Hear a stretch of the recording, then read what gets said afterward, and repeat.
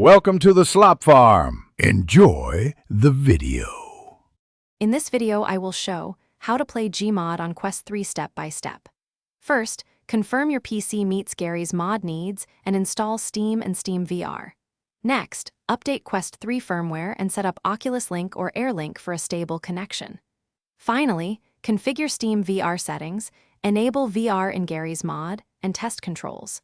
I'll guide you through each step gently so you can jump into sandbox fun quickly. Start by installing Gary's mod via Steam and verifying game files for a clean setup.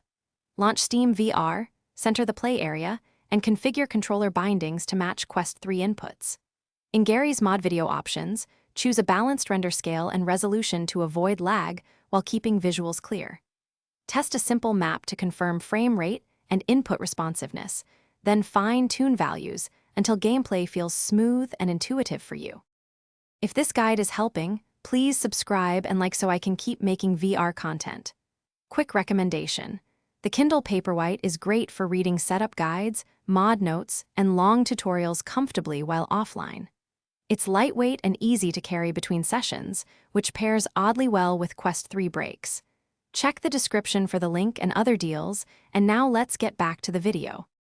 Connect your Quest 3 to the PC using Oculus Link cable for best latency, or AirLink for wireless freedom if your network supports it. After connection, enable VR mode inside Gary's mod and choose controller mappings that suit motion play. If you encounter lag or stutter, lower render scale, close unnecessary applications on the PC, or switch to a faster USB port. These steps will get you into multiplayer or sandbox smoothly and reliably. Thanks for watching. Consider subscribing if we helped you today.